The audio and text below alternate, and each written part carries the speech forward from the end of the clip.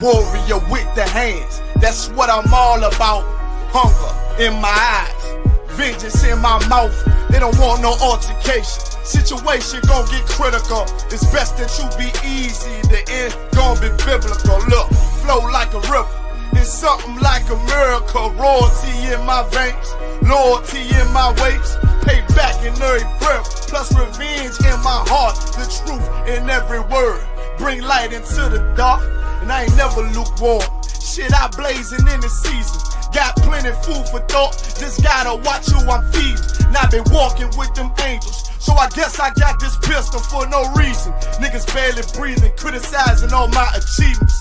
Won't make me weak. Nah, it won't make me slack off. These niggas baby fat soft. Better bear witness or back off. I be ripping shit like sackcloth.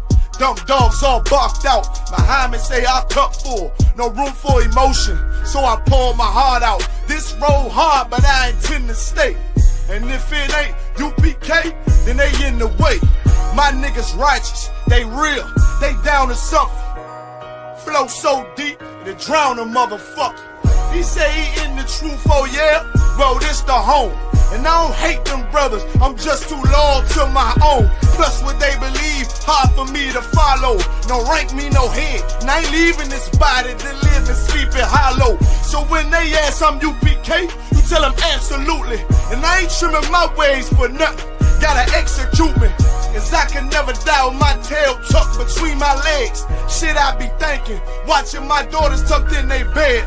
They so smart, and Alana, she so beautiful, but they ain't like other babies, and they daddy far from usual. Now I'm missing cause I'm about my father's business. It ain't about this shit I used to do in that 98 Navy, the tan leather seats. See, without wisdom, this world make you weak. I found out that the truth was bitter, the lies are sweet. Tried everything, I guess me and Johanna had to meet. Now I make the blind see, and I make the dead speak. And teach both my little girls the day that they lie with a man, they better bring me bloody bed sheets. Chaos match the time, this Glock match my handpiece. And I ain't trying to take him out, but I will defend this house or take a check. 144 in that black trench on some hitman shit. She call me 47, praying for Armageddon. Me and my soldiers dressed for the wedding. Fuck the fame, ask why, tell them I'm loyal to the king. Until the righteous reign, loyal to the king. I want that straight lane to break the chain. Loyal to the king, you devils can't have me, bitch. I'm loyal to the king. That's right. Yeah. UPK shit, man. What was? Hey. I'm a UPK nigga, I'm stuck in my ways. That's on them, letting cowards fill up they ranks.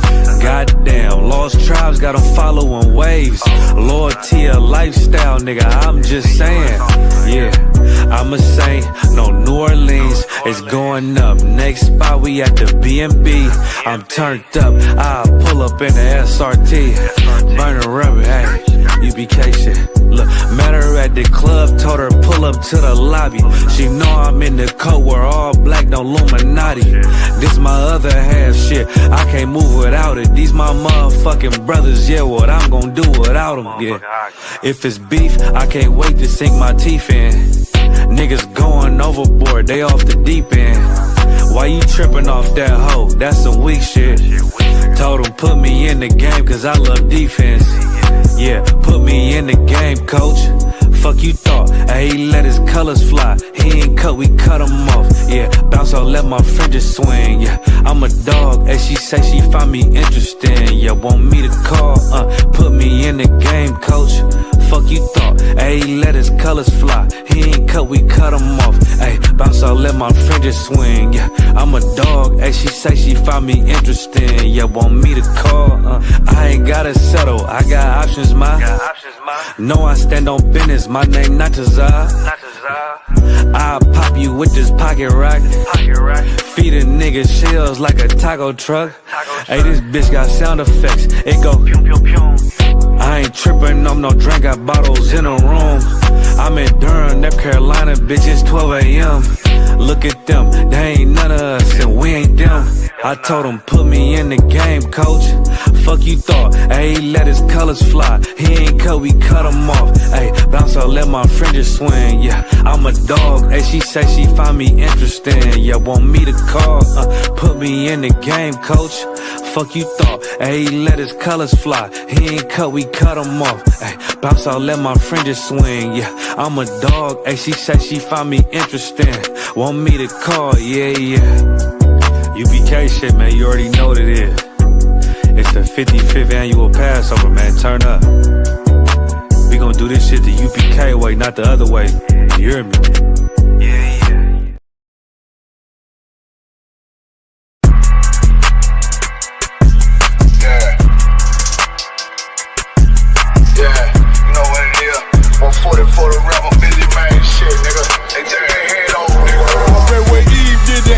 I just pray my love don't lie to me. Swing the iron like Samson, I can't let no holder lie to me. I don't feel these rappers, all they lies is hypocrisy. Ain't no competition, ain't no rivalry. Niggas think I'm playing, I don't hear one word they saying. This shit light work. Think Muhammad one of us, he might lose his life first. Suckle up and stay alert. Another cop just stretch the nigga. He a demon, it's an exorcism. Watch I bless the nigga. You took that open blood, then you know I'm gon' get active with you. Fuck the opposition, I see vision. Let me paint the picture. Rappers claim they spit and I ain't listening. Is it effective? If revenge was a woman, I scope that bitch like Jake. So Tower War, we gon' run the summer. It's gon' be historical. Thought they making plays, made them niggas call the audible. Ask who run this shit, but that question is rhetorical.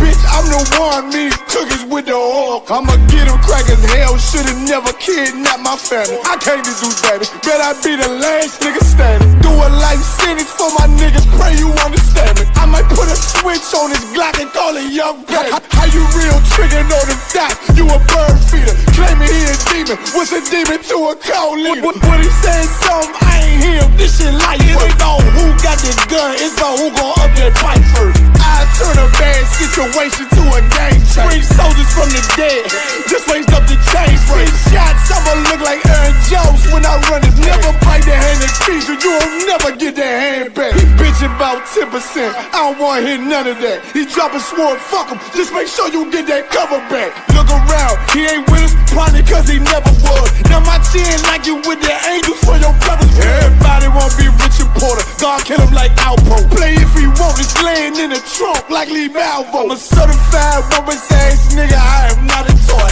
Hey, I with that hollow side, yeah, this the real McCoy. Feel like Gullah Jack when I'm in Fayetteville, you feel your boy. Still up on my bread, still I think that's all that I do. The way I get that boy lost, they gon' start to call him Elroy. Fuck his game, pop out on them demons like I'm Hellboy.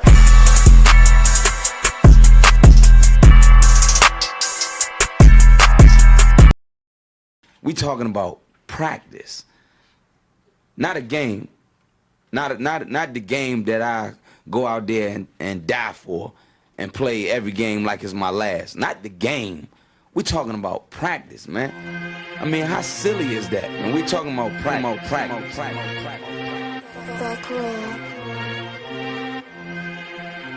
Best believe that I'm top 3. The only thing is I'm not 2 and I'm not 3. Put me anywhere of and they wonder it's not me. It's beef, we strut a nigga block, that's chopped cheese. No peace, the butterfly sting him, that's Ali. You reach, I teach him with the handle, that's Kyrie. Machines you hook like a Roman, that's IV. You a sheep, I'ma go, it's a difference, so watch me. You weak, all hooks, no punches, so block these. They mock me, I just show them how it goes. Try to stomach this thug life. They brain got the nose, bandana on the grip. All heads coming out the foe. Connected from Cali to New York, niggas, so let it go. Made for this, nigga, I eat bars and drink flows. Thinking you woke into your third eye, peephole. Line for line, this shit too easy, it's like a free throw. Mastered the game too early, this bitch a cheat code. It ain't a game, these niggas lame, they bring a shame. If I'm with an officer, it's a number in his name. We ain't the same, you want the easy pass, tell him change his lane.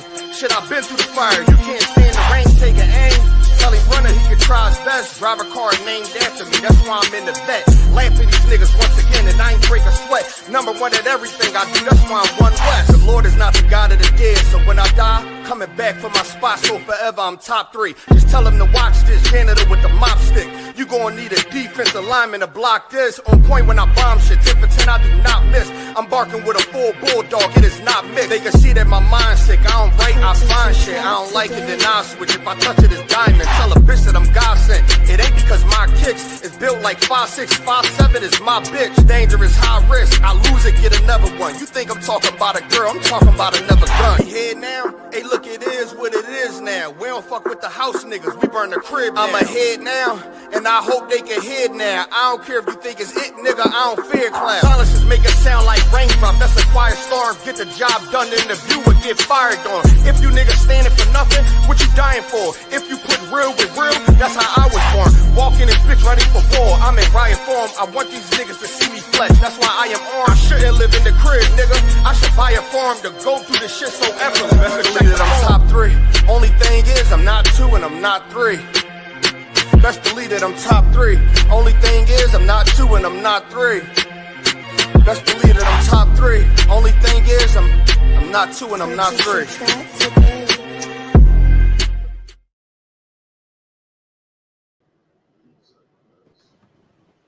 Let's just like this. Which one will press now?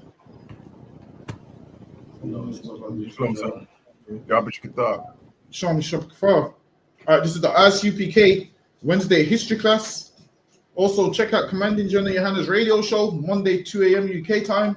We have classes here, Monday through Friday. We have Monday, we have the law class, Tuesday, the brotherhood, Wednesday, the history, Thursday, the scripture breakdown, Friday, the Lashron Kodash, and the radio show at 9 p.m. called On the Ends. Saturday, we have the Sabbath service also. So we've got a ton of things going on in the school.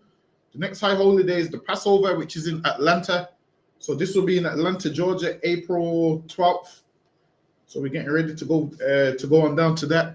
And today we're going to go into a slave master that left his diary behind. So he left behind his diary. So we're going to go into his diary and see what was left behind and what kind of things was going on. Because what you have to remember is every slave master was committing crimes against our people, but a lot of them didn't document it, so you don't know what happened. But the ones that they did leave behind, all of them are all gruesome and horrible. And for them to document it so freely shows that it was normal amongst the slave masters to do these things. So a ton of them have left records behind. And these records that they've left behind, they try not to sell them. So what you'll find is they put the price up on Amazon. They change the name. They don't give you the proper stuff. They try and tell you, oh yeah, that back then it was normal. So they'll tell you, oh, back then it was normal. So we're going to go into a few things. We're going to also, any questions, just put them in the chat. Let me get my first slide. Yes, Lucky. Go ahead, Hakan. Kalwan Khan. It's Lucky, so if I may, this sounds like a real interesting topic from the flip side of the other, from the actual slave. So the short-lived missionary period. Hold on, I'm going to skip this slide. This slide was about when the Europeans went to Africa and spoke. Actually, read it. Actually, we'll get it. Karon Khan, the short-lived missionary period at the beginning of the 16th century. So the 16th century is anything from 1501 to 1599. So that'll be the 16th century. Go ahead. Karon Khan also left its mark on the early history of Benin. So it left its early on Benin. So Benin is like a place where they would take slaves from. Go ahead. Although the Oba by no means intended to allow himself to be baptized out of religious favor. Oba was like, for them Hamites, this would be like their king or their ruler. So they would call him an Oba. And now the Christians was trying to baptize him into Christianity. Go ahead. Karon Khan. He did request that Portugal send missionaries who actually came. Apparently, his sentiments had more to do with making himself seem more powerful in the eyes of his neighbors. At that time, they wanted him to become Christian, why? So they could be all on one accord. So now they wanted him to become Christian, so why? The Christians and the Africans could both be of one religion, and both trade slaves back and forth with no problem in the name of the Jesus that they believe in. So go ahead, sis. Where are you reading? Oh, we're reading from a book called The Benin Bronzes. So this is a history book that we're reading. Go ahead, Hakia. Karawan Khan. At the time of Salakia, at that time, the Oba was being severely harassed by his enemies, and he hoped to have the same success as did the So now he was being harassed by his enemies because in Africa weren't one place like people think it is. Before these things was every African nation was their own people, and then it got the name Africa in I want to say the 17th century. I don't believe it got the name Africa in the 17th century, but before that everybody was separate. So when people say we're African, hold on, I should be able to pull it up. If I type in when did Africa get its name, it should say 17th century.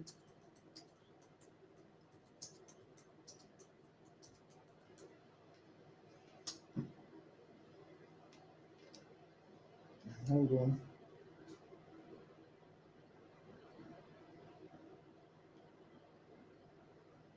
Bear with me. I'm going to type this up there. I'm gonna have a look for you. Where's my phone? Wasn't it after Leo Cyprico Africanus, other one? Yeah, but it didn't get its name till way after that. Okay. So it was named. It was named way after that. Bear with me. Can't. How do I make? I think I got it, but how do I make this? How do I make this bigger here? Oh, you can. 17th century, other one. I've got it here. I can read it for you if you want. I got it. Hold on one second. I'm trying to find a way to. Fine. I just the screen. I don't understand what. Oh, why did you do that? Yeah, go ahead. The word Africa came into existence in the late 17th century. It came into existence in the late 17th century. Go ahead. Initially, it was used to only refer to the northern part of the continent. It was used to refer to only the northern part of the continent. So now I can see if you can find me the northern part of the African continent. Let's see if we can find what the northern part of the African continent is.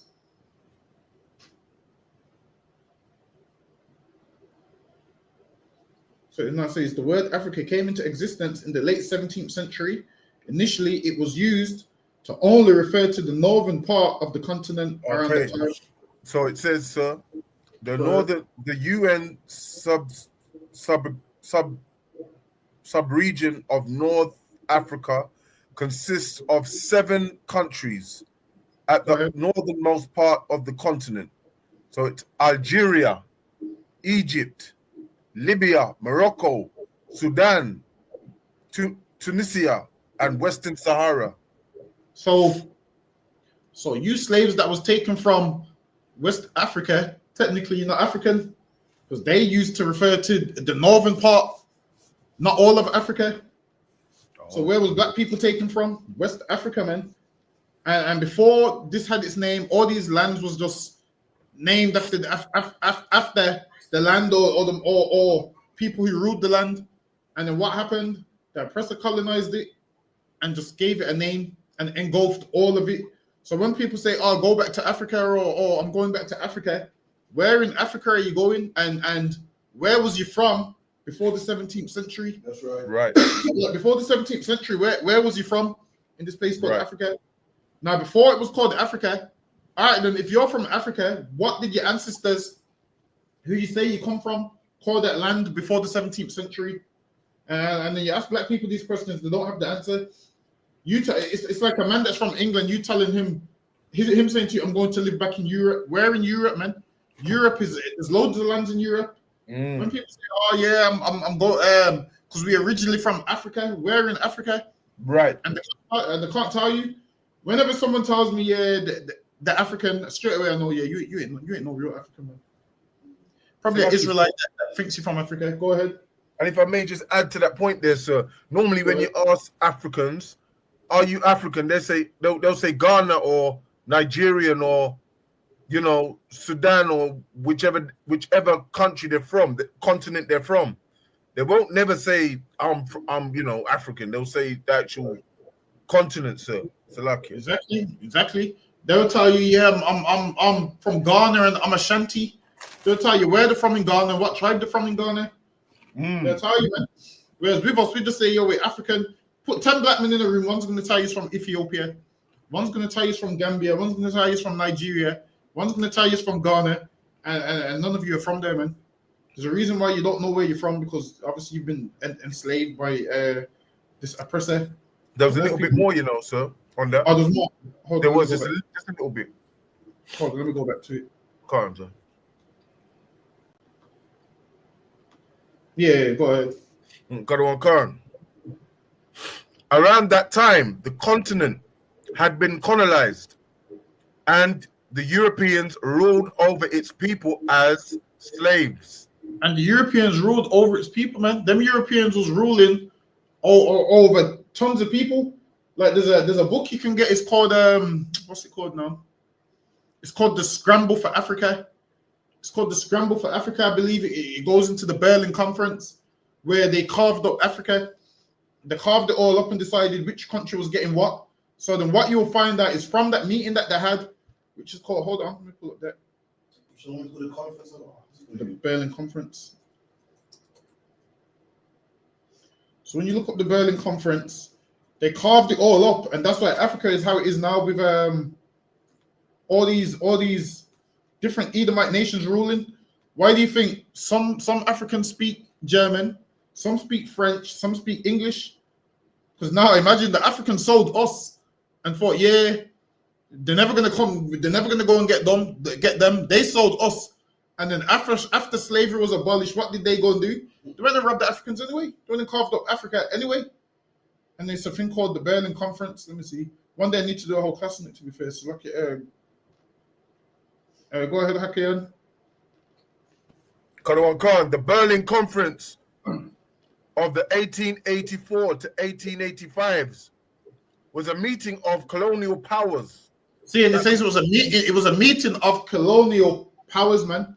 Meaning all the powerful nations. What you'll find out is, you see at that meeting, when you look at Revelations and the seven-headed dragon, you'll see that all of those nations was at this conference, man. You'll see that they're the same people, man, that the Bible's speaking about in Revelations. Go ahead. Karawan Khan. That concluded with the signing of General Act of Berlin, an agreement regulating European colonization. An agreement regulating European colonization. Go ahead. And trade in Africa. Exactly. These Africans thought you was going to sell us and you're going to be have peace. Nah, man. After slavery was abolished, now they then made another way. All right, let's colonize Africa so we can make some money out of it. That's what they did, man. And why do you think South Africans speak English? When you look at Africa, they got the apartheid. They had I can't remember something apartheid. So now when you look at South Africa now, you got the poor Africans on the right hand side and the rich South Africans on the left. And there's like a road in between. One's the rich part, one's the slums. And we shouldn't feel sorry for them because they didn't feel sorry for us. Go ahead. Right. Karawan Khan. And trade in Africa during the new imperialism period. And now Africans always say, the white man robbed all our gold. He robbed all our gold. Listen, man, they should say nothing. They sold us, man. They sold us. If anything, we should be saying, well, that's your punishment for selling us, man. That's right. That's what we should be saying to them. Hold on, let me see if we can script down. General Act.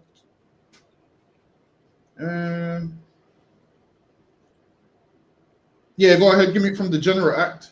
Karawan Khan, the General Act of Berlin can be seen as the formalization of the Scramble for Africa. It's actually a good book. You know? It's a long book, but it's a good book. Go ahead. Karawan Khan, that was already in full swing.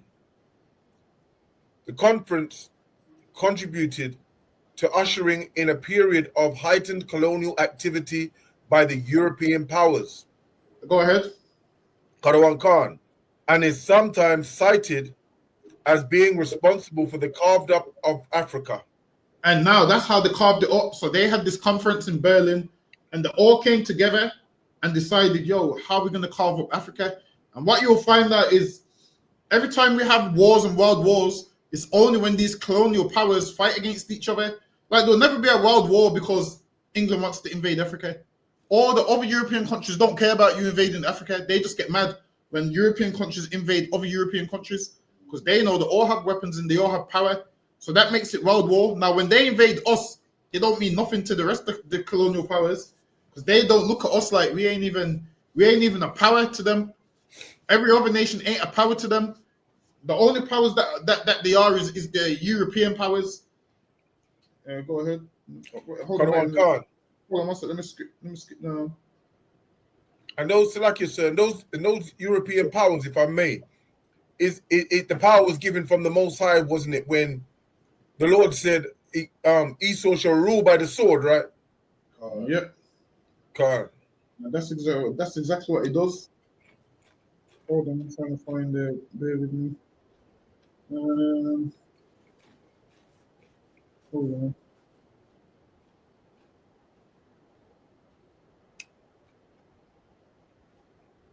Yeah, so these are the countries. Go ahead. Just read the countries that from the state. Germany, Austria, Hungary, International Congo Society, Spain, Denmark, United States, France, United Kingdom, Italy, Netherlands, Portugal, Russia, Sweden, Norway, Ottoman Empire. Now, what you'll find is a lot of those countries that attended that Berlin conference is those same countries that are a part of that seven-headed dragon. What you'll see more than 7 countries here because why? A lot of these countries came out of other countries. So, like you'll see, like America came out of the United Kingdom. So America came out of the United Kingdom. So that's the little horn, and then also you'll have I believe Netherlands came out of Germany or Holland. No, Germany. Was it Germany? Yeah, Netherlands came out of Germany. So now you would have Germany. Germany's horn would be the Netherlands, and so forth. So all these other countries that you're seeing, all these new countries that we're seeing, they all came out of some of these countries. So what you will have is like countries like Poland would be in Germany, if you get what I mean, be a part of Germany. And then once Germany loses a war, part of the treaty would be give Poland its independence. And then Poland now becomes an independent country. So now they make a difference between Polish people and German people now. Whereas from what I remember, Polish people was inside Germany from what I remember. I'm sure Poland came out of Germany. Hold on, let me check. If my geography is on point, I'm sure they did. Yeah, if did Poland come out of Germany? I'm sure it did.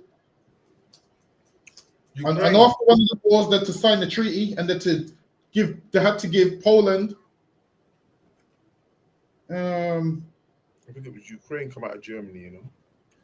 I can't remember which one it was. But I know Poland had something to do with Germany. Either Germany colonized them or something. Germany done something to them. And then what happened is certain treaties were signed so that to free up some of the countries, and then they become an independent state, and then before you know it, this becomes a whole new country. So if you look at old maps, you'll see that on an old map, all these lands ain't on an old map. You'll see over time as the maps change, you'll see, hold on, this didn't say you'd see this didn't say Netherlands before, it said something else. And then over time, you'll see that Holland, what did Holland come out of as well? One of them came out of something. So like go ahead. Yeah, if I may, so I got here Poland's emergence from German control happened primarily after. Sorry, no, that's wrong. Salakia. Oh, you're on about when Germany colonized them, innit? And then that to free them up. Yeah. Kind of, it's a different period.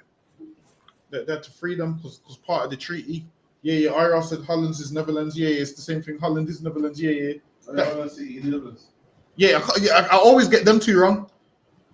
I've been getting them two wrong forever. But Slocky, go ahead. Okay. Khan. The short-lived missionary period at the beginning of the 16th century also left its mark on the early history of Benin.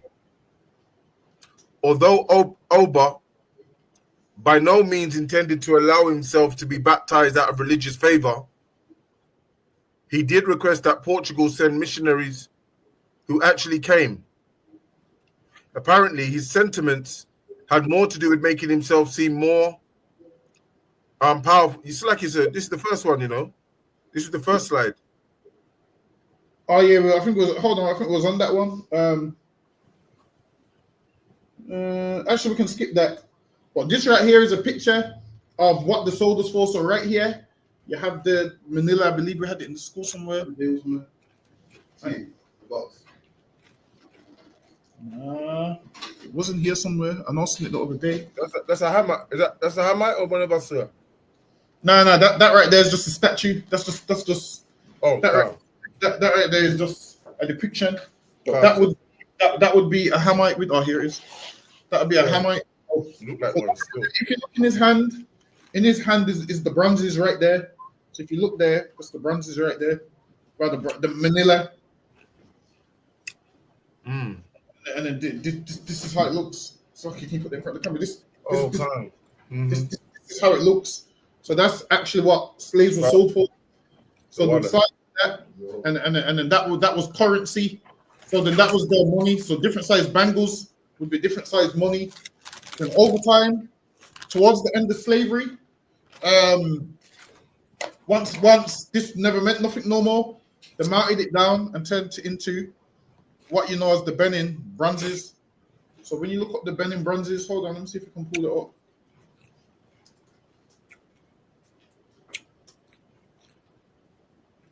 So now the melted down what they sold us for things like this. Hold on. So these are the Benin bronzes right here. So that's them right there. These ones are coming up cheap, but some of them are worth millions of pounds. Millions? Yeah, millions of pounds, man. This is some of them are worth millions of pounds. Hold on, let me type in Benin bronzes prices.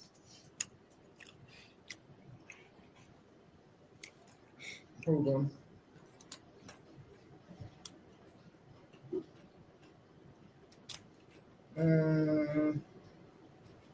Wow. So here is the 10 million. Let me see if it shows it. The art dealer, the 10 million Benin bronze in the Holocaust. Why Benin bronze cost so much? Because this is what Africans used to love. So this is something that they sculpted, and this is what they used to love. So the reason why they had these is because they sold slaves, and with that money, this is what they made. So they made these bronzes, and then I want to say in the 1800s, I want to say the British took them. So if you want to see the Benin bronzes now, you go look in the British Library, the British Museum. Wow. So now Africans are begging back for the Benin bronzes. They want them back. The white man said to them, yo, you can rent them off us, but you need to give us them back. Wow. So they told them, you can rent them off us, but you need to give us them back. And I hope the white man never gives them these Benin bronzes. Because they got these off of selling us. So they got these off of selling Israelites. So that's how they got these bronzes. So like you, sir. So is that why one of the reasons why they still see us as damn property? Because they still got the currency for us. Who, the Hamites? No, the yeah, actually, it's the Edomites stole it from the Hamites, right? Yeah. So is that one of the reasons why? No, because the Edomites don't care that they melted these down into statue. They just want the statues because they know the statues are worth money. They just know that the statues are worth money, and they know that they're better than the Africans. So to the Africans, with these statues, I believe some of them started to worship some of these statues. So that's why they cost so much money. Some of them worship them, believing some of them would bring them good luck and so forth. Wow. So they would worship these statues. Hold on, there's the next one. Let me put it up. I think it's so that little thing that you just showed me there, the little currency you just showed on camera. That's what they burnt. That's what they burnt into there. Yes. So they burnt those down and molded them and made the bronzes, and then that's how you get the burning bronzes. Can't.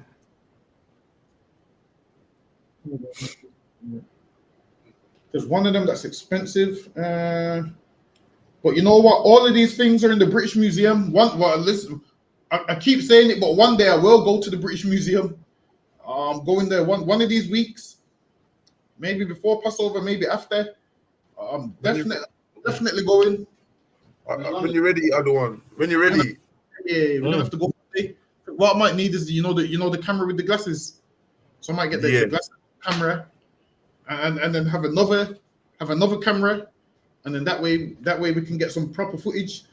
Because listen, you see, if I go to that museum, we're making about 50 different videos because there's about 50 different books in there where you can have a million different topics. You just cover this section, then this section. I'm definitely gonna go one of the days. You know what? I'm down here, and I ain't even done that. You know, I should have gone down there a long time. You know. Nah, man, nah. That's the lucky. That's my mission. I'll pull a rank on that one. All right. It's been my dream to go to the museum. Can't. A dream. Can't. Go ahead. Let me get this one. Khan. And those plantations needed ever more Africans. So now they call them Africans, but we know they're not Africans. They're Israelites. Go ahead. John Newton was then one of many European anxious to provide Africans for the plantation of the Americas. Sis, you know who John Newton is? Yeah. You've heard the song Amazing Grace. So it's him so he was a slave master. And I believe I believe he has the most famous hymn, Amazing Grace. Hold on a minute. Yeah, let me see if I can play it. We won't get flagged, will we? What's it play? What's the lyrics? No, just play it. Let me play it for like a second. I don't think we'll get. Hopefully we don't get flagged. So this is the song for anyone that don't know. Or do I just play it off my phone? Is that because that way it won't go through YouTube? Yeah. Let me go do it off my phone because that way. Listen, we just came off a band. I'm trying to go become one. Say that again. Yeah. So this is. Hold on. Let me see if it's going to give me the right one.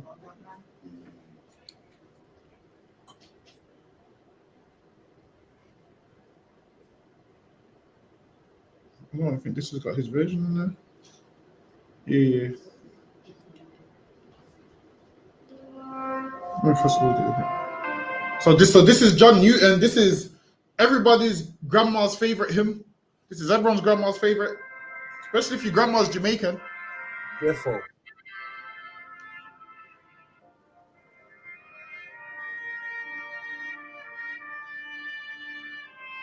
What don't you sing on there?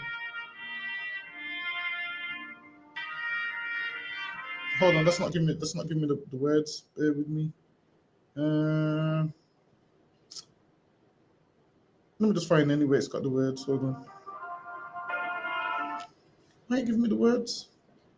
That sounds so dead to when black people sing. Why is it not giving me the words? Let's go and find it. Hold on, let me try. Hold on.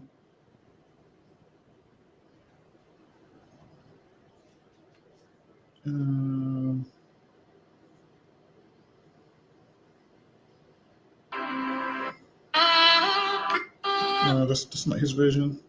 Well, there's so much covers of it that you can't even find his one. Hold on, let me see if I can type in original.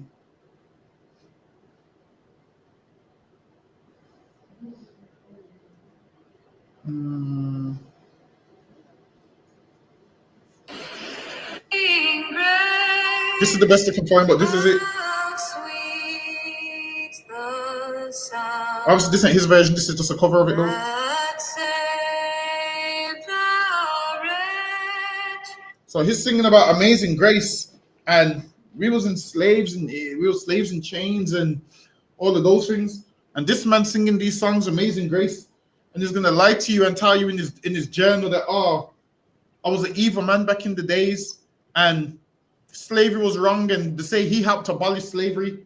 The reason John Newton helped abolish slavery is because he wasn't getting paid off it no more. What you need to realize is Edomites are haters, man. Listen, this is what you'll find is, like, when they wanted to abolish slavery and they done a vote, it was the poor ones that couldn't afford slaves that said, yeah, abolish slavery. The reason they said that is why? Because they couldn't afford slaves. Now, if they could afford it, then they would have been for slavery. So they wanted it abolished. Why? Because they couldn't afford the slaves, so it weren't benefiting them. But the people who it was benefiting, they was all for slavery. That's lucky. Go ahead, Hakim. Karawan Khan. This demand for Africans created sharp competition among traders of the African coast. So now those traders, and they had ships everywhere, and everybody wanted the slaves to take them to their plantation because they knew, pull it this way, it's like a job fair. Let's say someone says we're giving out free money. Everybody's going to be there. All these slave masters was there, and the free money was us, man. Because they know they're going to make money off us once they put us on that plantation.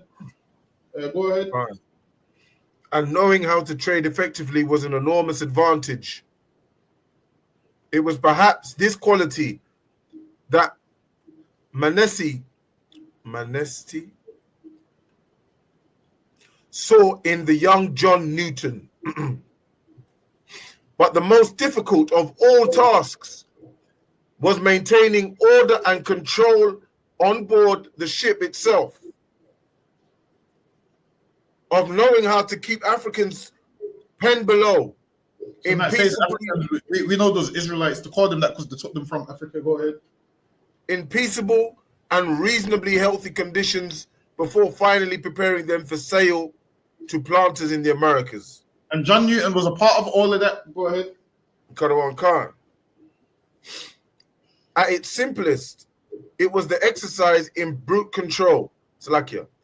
At its simplest, it was an exercise in brute control, an intimidating regime designed to threaten and overawe the Africans, and to preserve as many as possible from the dangers and threats. Sorry, so this man talking about how gracious the God is, amazing grace. He ain't been gracious to us. Exactly. Slaves at the bottom. Say us how good his God is.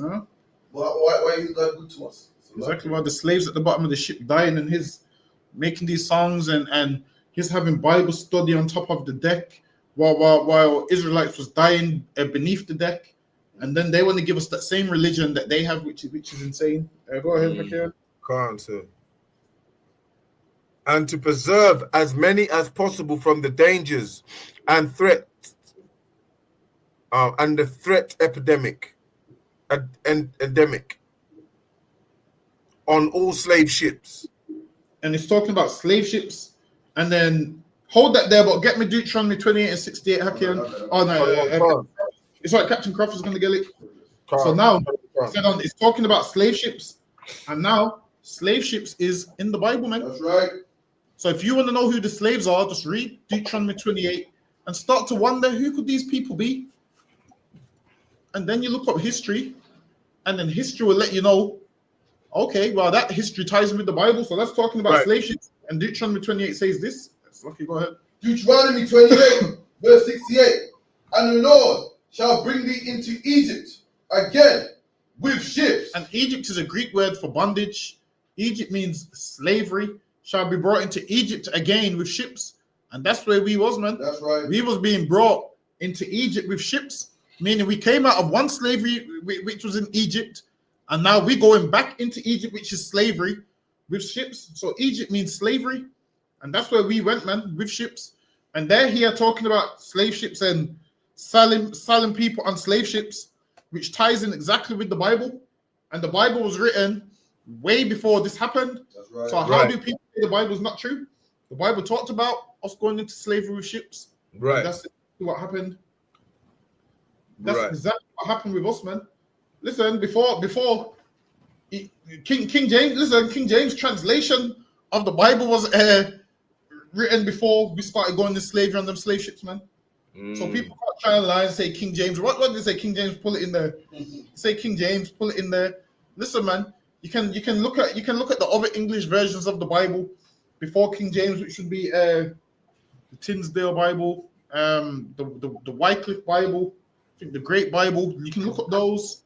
You can look up Jerome's something Vulgate, Latin Vulgate. You'll see the same thing. Lucky, go ahead. Cut off. And the Lord shall bring thee into Egypt again with ships. And the Lord shall bring thee into Egypt to gain with ships.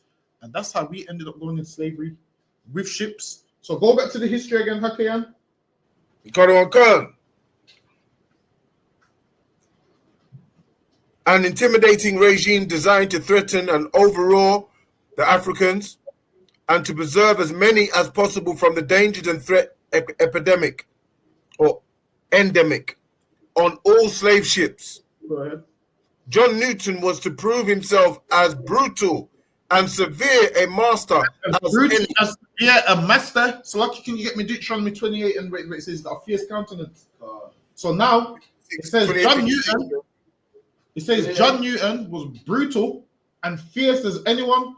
And then if you watched the class about 2-3 weeks ago when we went into a slave's journal, he said the white man was fierce and brutal. So now we're finding out who these two nations are. Now we're finding out who these two nations are. From the brothers' journal, we found out that his slave masters was brutal. And now from this side, we're finding out that the slave master was brutal. Right. In Equiano's journal, he said the Edomites was brutal. And now this here, they're letting you know that John Newton was brutal. So it's letting you know the same thing the slave said is the same thing the slave master was doing. Right. Like when you get a slave's diary and a slave master's diary, you realize that one's in heaven and one's in hell. The slave master's diary is a diary of heaven. The slave master's diary is a diary of hell, which lets you know that heaven and hell is on earth, man. Right. Depending on who you are and what journal you read. Now, if you're a white man and you read John Newton and these lots journals, that's heaven for you because that's your people. Now, if you're the children of slave and you read Equiano's diary of how he was kidnapped, taken away from his family, that's hell for us, man. We should help you understand that heaven and hell is conditions on earth. That's like you word. I'm not sure if I heard what you read. Did he say that John Newton was one of the most fierce? Exactly. The same man that wrote this gospel that everyone likes. Not only was a slave, was one of the most fierce. Yeah, exactly. Yeah. Meaning, while he's singing Amazing Grace behind closed doors, that grace ain't for you, man. He ain't being amazing to you. That right there is for his people. It's not for us. Why? Because we in hell at that time, man. And him and his people are in heaven. Imagine he could have made their life easier by not being so fierce. He could have said, you know what, I'm not going to be fierce to them, but he was fierce, man. No matter, not him. And people try and forgive him and say, well, you know, he did advocate to abolish slavery. It's only because he weren't getting paid off it no more, man. That's right. It's like me. Right. It's like me if I work for it. If I work for a company and me and that company leave on bad terms, and someone signs petitions to get that company shut down, I'm gonna sign the petition, man. That's what he basically did. It's lucky, and then most of them, what you'll find is most of the slave masters that was for abolishing slavery, it's because they got ill. Some of them had strokes and realized this might be punishment from God. So they tried to kind of say, you know what, we don't want to die, so we're gonna do this. That's all it is. You read some of their journals and it says that. Is that right, everyone? Yep. I can't remember. I mean, it might be John Newton that it happened to.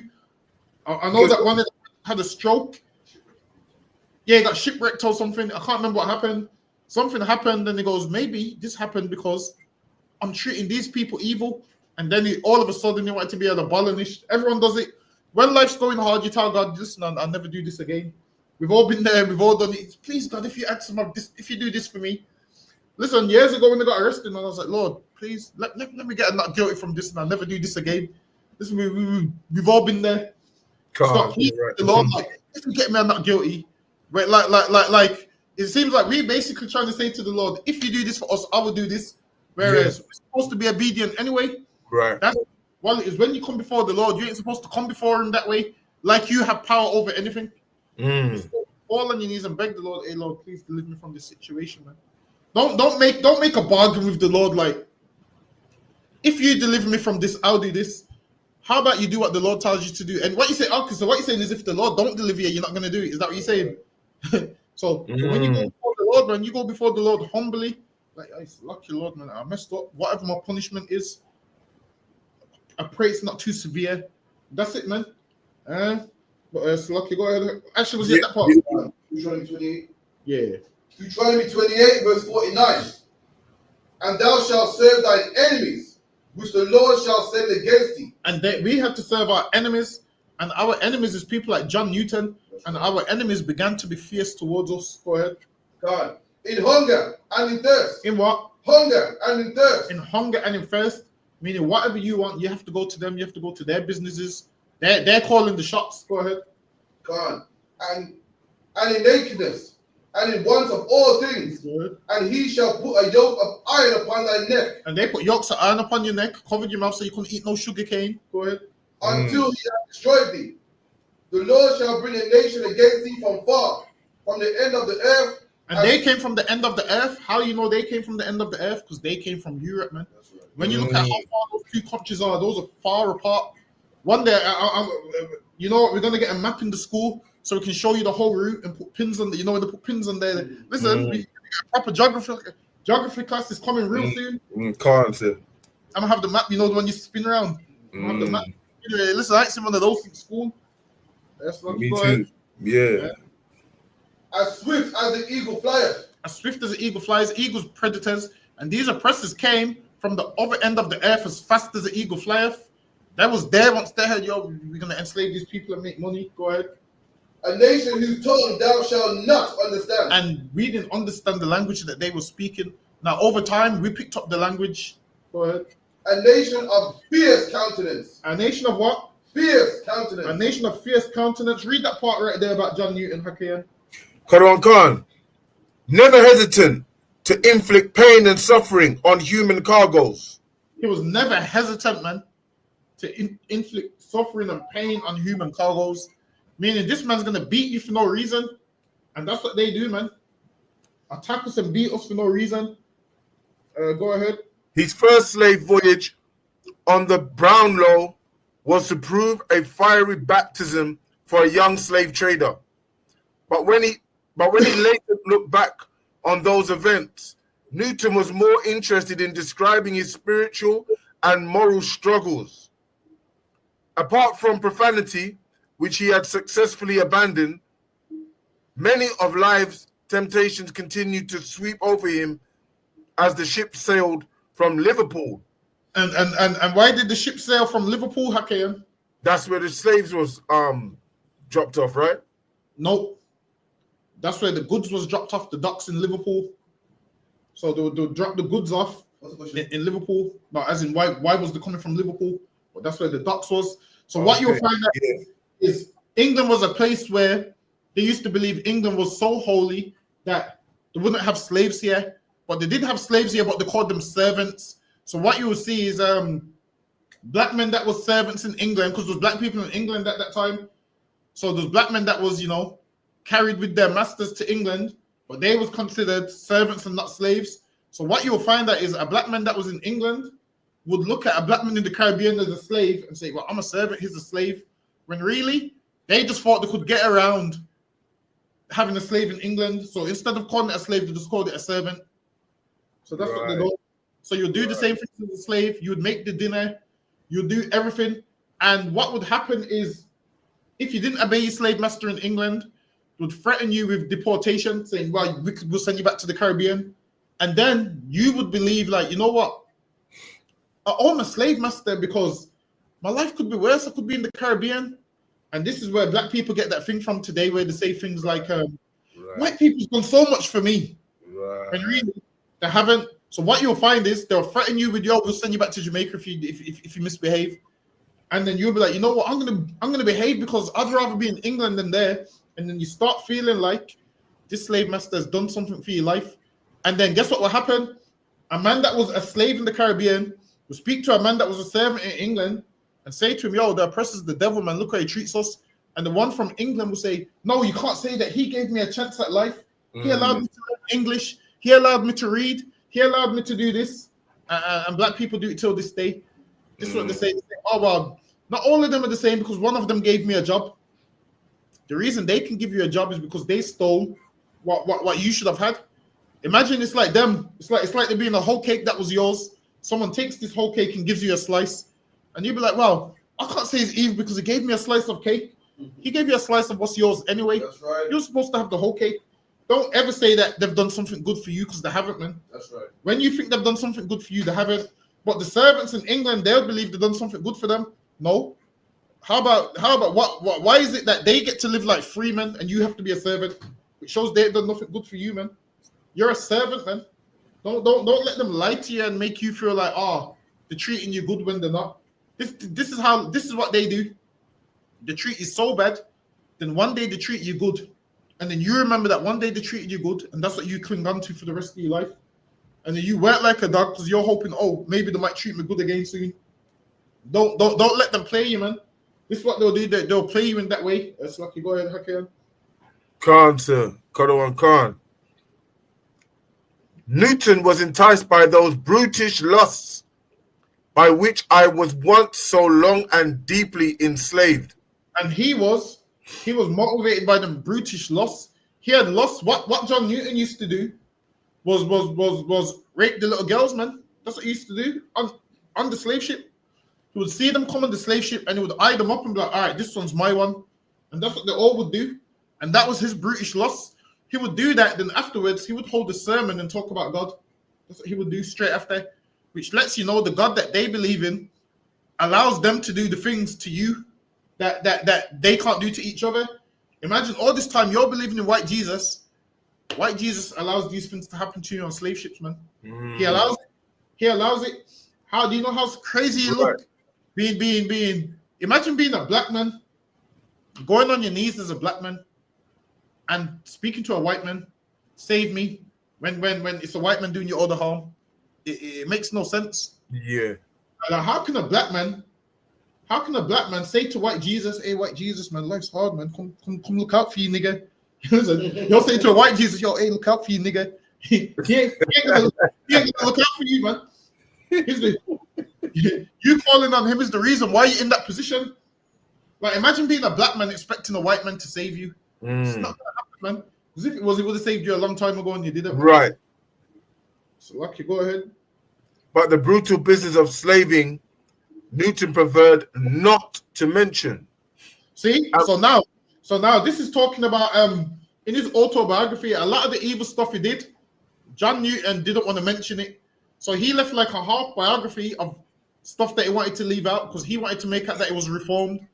So you'll read his autobiography and be like, John Newton weren't that bad. But then the men that was around him, they know that he was brutal. Go ahead. So this is why when you're reading accounts, you have to read this man's story. This man's story is like, go ahead. Yeah, what's that famous saying? Well, history's like what they give you to the pen of, didn't right? Yeah, exactly. So 100 years from now, you'll read about John Newton and think, oh, it's cool, wasn't that bad. He did the slavery. You read the people around him, so it's brutal. It's terrible. Yeah, you read about John Newton and you think, nah, this was a good one. John Newton abolished slavery, but you won't hear about what he was doing to them young girls on the ship. That's lucky. Go ahead. Kadawan Khan. And when he did, he tended to hide his own role behind the veil of religion. He did what? Hide his own role behind the veil of religious. So he hid a lot of what he did behind religion. Go ahead. However, we have an abundance of material. We have a what? Abundance of material. So now if you read John Newton's autobiography, none of this stuff's in there. But people that was around at the time have an abundance of material of what John Newton did. Go ahead. Which tells us in precise detail, which tells us in precise detail. John Newton wrote his diary and tried to leave it out. He tried to leave out everything that he did and tried to make out like, yeah, I just worked on the ship. I just worked on there. But I didn't tell you what he was getting up to on there. But we have an abundance amount of material of what he did. So this is why when you read the slave master's autobiography, you read it and think, oh, this man's not that bad. This is what you need to do. Read history from his contemporaries. That's right. They will let you know what happened. Read the history from men that was amongst them. They will let you know what happened. Listen, it's like a boxer. A boxer don't tell you about his losses. Yeah. A boxer tells you about the fights he won. And then guess what he does about his losses? Makes an excuse. Oh, I was injured. Injured. That's why I lost. Speak to his contemporaries and they'll say, no, you weren't injured. You just lost. And John Newton, he leaves all of that out and hides it behind a religion called Christianity that they want to force us to join. A religion that they want to force us to join. Right. Go on. Khan.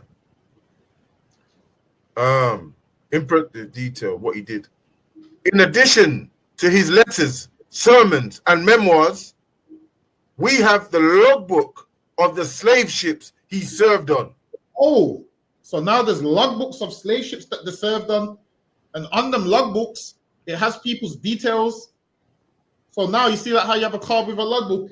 Back then, slave ships had logbooks.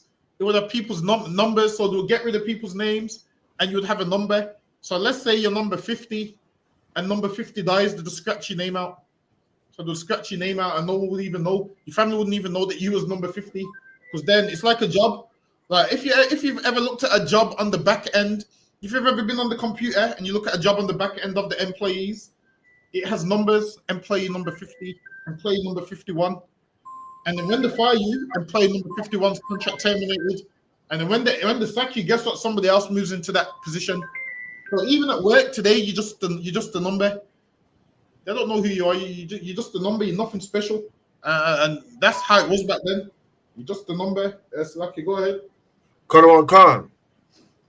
There, in Newton's own hand, lies a full account of his days as a slaver. Oh, and on them logbooks lies a full account of John Newton's days as a slaver.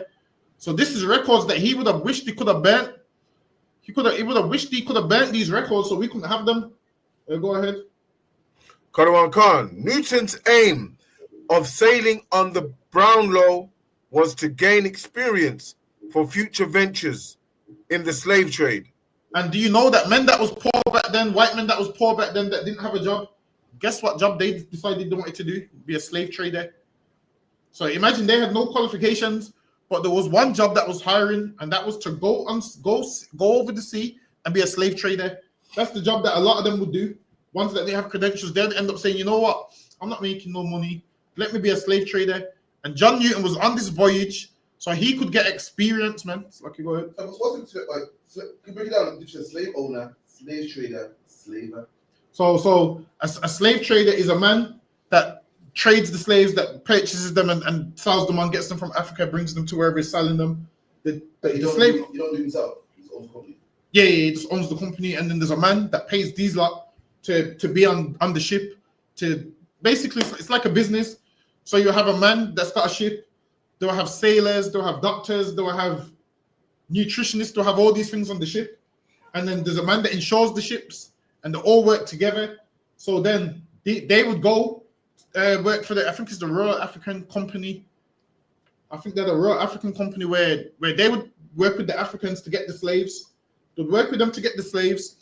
Then the traders would get the slaves.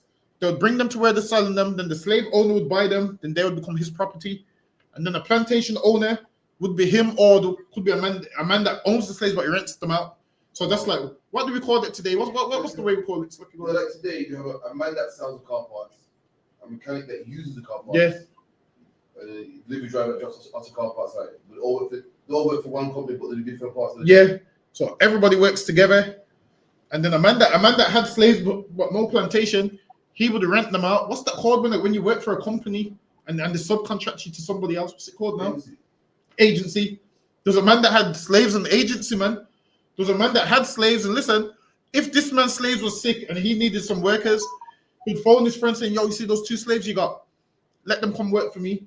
Them 2 slaves would go work for him. And then this slave master would give those men the wages, and they would take it back to the man that rented them out. So they would get paid off these slaves' hard work. And guess what? The agency does that today. You go and work for a subcontractor, and guess what? They only give you a grain of what they're really made of here. You do know if you do like certain jobs, agency, you do know a company probably pays like £50 an hour for you. Yeah, I've asked it for. See, they wouldn't say how much you get paid. Told them right. See, they wouldn't say. See, for your hard work, they get £50 and you get £10. So they got £40. Chunk of it, yeah. Break your amount. Yeah. So what they'll do, they'll get £50 an hour off you, because this way sometimes you gotta listen to the companies, and the companies will say about the agency stuff, because I'm paying £50 an hour for them. And then you ask the agency stuff, yo, how much do you get? Oh, £11. So now your company is making £40 off you, and you're just getting £10. They used to do this all of this comes from slavery. That's how the system used to work. Wow. It's lucky. Go ahead, okay. Go on. Go on, sis. Sorry, say that again. Picture of John Newton. Picture of John Newton. Yeah, should be some of the net. Let me see if I can find it. Have they got any pictures like of his slavery? Pictures of slavery. No, you know, like his workers and things like that. Hold on, let me get one. So this is the picture that they show of John Newton. Bear with me. Let's see if I can show it to the screen. So this is the picture that they show of him. So they show this picture of him, but when they show pictures of us, they show horrible mugshots. They show this man looking like a judge. They show him looking like a judge with the cloak, with the hair, and all of those kind of things. I was quite shocked to see that, actually. You've seen this picture before, right? No, but I was just shocked to see how neat he Yeah. looked. That's how that's how they depict themselves like that. But if it's a picture of us, it's always a horrible mugshot. But when it comes to them, they have this picture where this picture makes him look civil. Like you would see this man, and you'd walk past him, no problem. And they program you to see a black man and be scared. Whereas this man's done more damage than any black man could ever do. He's done more damage than any black man in this earth could ever do. But then he's depicted like this as a hero. This is what they do. They say, "Oh, John Newton changed his life and give him a second chance."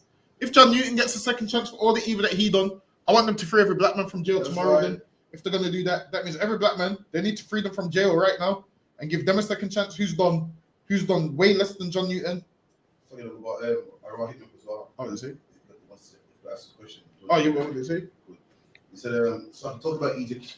Where are the real Egyptian people today? Oh, the real Egyptians was pushed out to Sudan. So if you go to places like Sudan, those tall, horrible Hamites, that's where they are now. So they got pushed out to Sudan, and then after that, the Byzantine Empire was running Egypt. Then after that, the Arabs conquered Egypt, kicked the Byzantine Empire out, and that's why there's Arabs in Egypt today. So that's how it all transpired. So the real Egyptians is somewhere in Sudan. So hold on, let me type in Sudanese. Let me type in Sudanese people. It will show you a picture of how they look.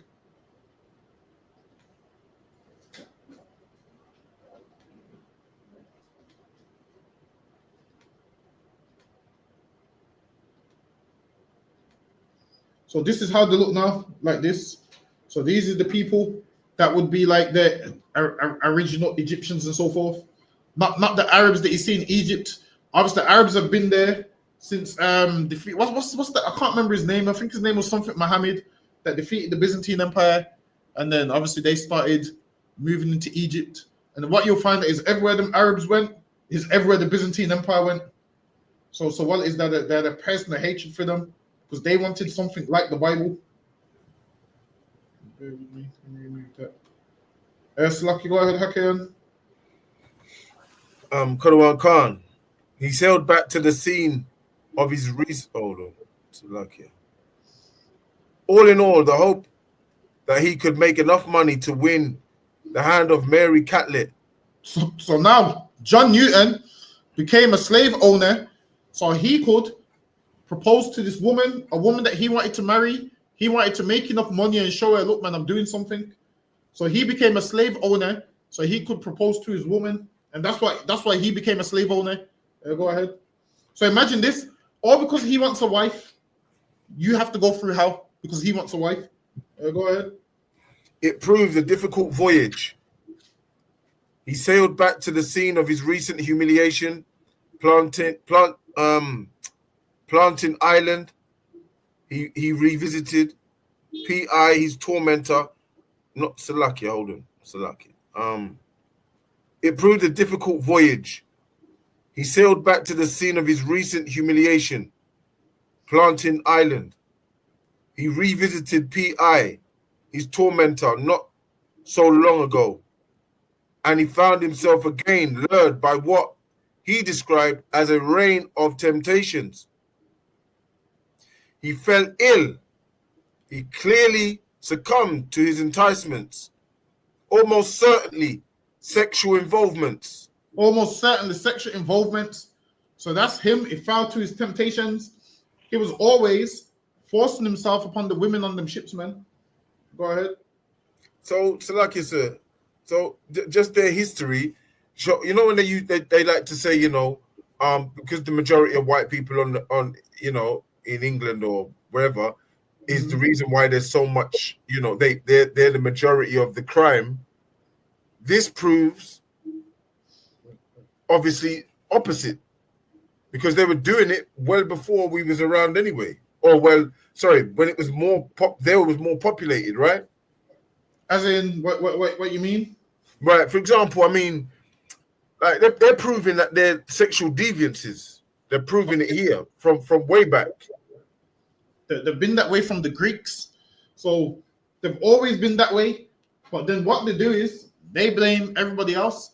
So now they will blame the Asian grooming gangs, which is completely wrong. But they need to also blame John Newton as well, man. That's right. They need to say, yo, the same way we're mad at these East Indians for the grooming gangs, we have to be mad at John Newton that was a groomer, but they hold him in high esteem. So this is why when you meet an Edomite, ask them, was John Newton a good Christian? And chances are they're probably going to say yes, and then you just reel off what he did. Ask them, does it still make him a good Christian? And they're probably going to say no. And then you say to them, well, what John Newton follows is what every Christian back then followed, man. All those Christians back then, he was closer to Christianity back then. They was doing everything that John Newton was doing. They used to attack women and then have a sermon on top of the ship, like nothing happened. Used to like even a black man will say things like, I can't read the Bible today because I know I'm doing something wrong. A black man will have a conscience, like, I can't do it. These like have no conscience. These like will force themselves on a woman and then we'll read scriptures like nothing happened, which shows how little regard they care about us. We was like animals to them. To them, we're like, you see how you see a fly in your house and you kill it. That's how they see us. They see us as just a fly. God don't care about them. That's how they see us. And that's why they treat us the way they do. So, go ahead. Kadawan Khan. Sailors at the sea for months on end made the most of the opportunities available on land. And Newton seems to have been no different from men around him. See, it says John Newton was no different from men around him. Meaning the slave masters around him, John Newton was the same as them. The slave traders around him, John Newton was the same as them. Right. It seemed no different to the men around him. So don't make out like, yeah, John Newton's a good man. Not according to history, he's not. Go ahead. Kadawan Khan, by the time his ship had reached the Gold Coast, where most of its African victims were taken on board. So now it said it had met the Gold Coast. So let's see the Gold Coast. Let's look at the Gold Coast. Let me see if it tells me. Gold Coast, is it? Mm-hmm. Let me see if I can pull up the region of the Gold Coast. Let me see if it gives me a good map. No, it's not giving me one. Hold on, let me see if I can.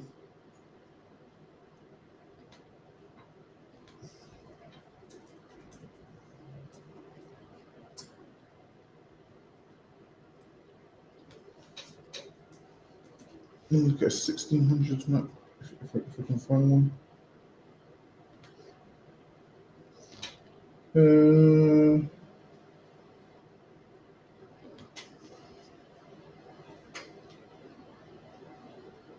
Let me see if this will give me a good one.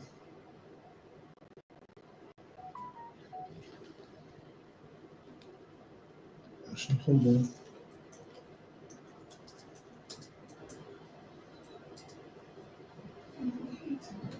Yeah, we go. Sorry. You read the space.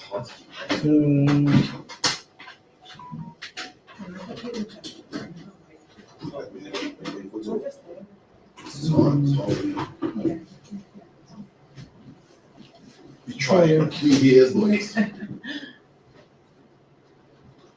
Wait a minute. You can keep reading that for now, Hakim. I'm just trying to find. Kadawan Khan, sir.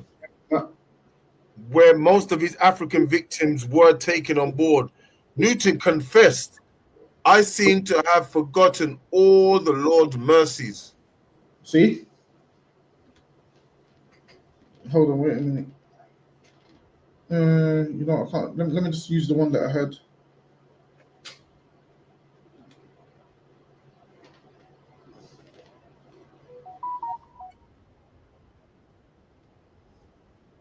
I can't see it on here, but it should be on some should be on somewhere here. All right, so if you look at this is a wait, what's going on? Hold on. So here is a map. So what you'll find out is a lot of these places we was taken from. So if you look on there, you can see Gold Coast is where is it now? I've just seen it on there. You can see Negro Land. So that's where we was. We was in between. See, can you see the Gold Coast at the bottom? Can you see the Slave Coast as well? Can Next you to come Benin. in? Can you come in a little bit more? The one. Yeah. Can you see the cursor on the screen? Yeah, I can see that bit. Yeah, but There's Benin. If you look there, there's Benin. It says Benin, right? yeah, there's Benin, and there's the Slave Coast, Okay. and there's the Gold Coast. Okay. So now what you'll find is we was in between. So here's the Gold Coast, here's Benin. We was in between these nations here. So these nations here was rounding us up and selling us. Oh. So then you'll see on another map. Hold on, let me see if I can get another map.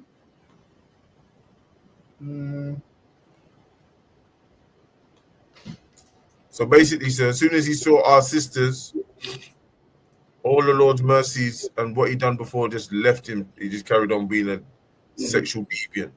Yep. He saw them and was like, yeah, and then that's exactly what he did.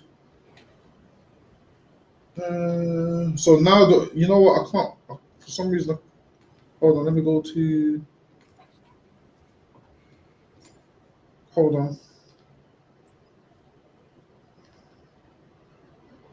Hold on, let me get another Slave Coast. So like you read this for me. The kingdom of Wida was a kingdom on the coast of West Africa in what is now Benin.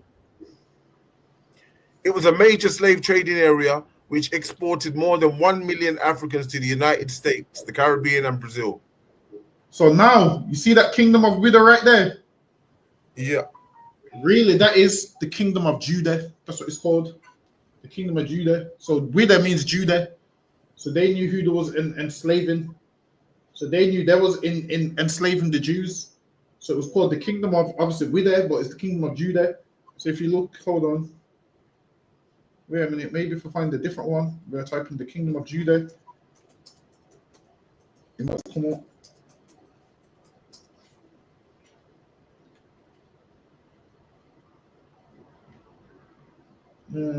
Actually, this is saying the same thing, but yeah, the kingdom of Judah is hold on. Let me see. This might give me what I'm looking for. Hold on. Oh, this ain't letting me zoom in. Bear with me.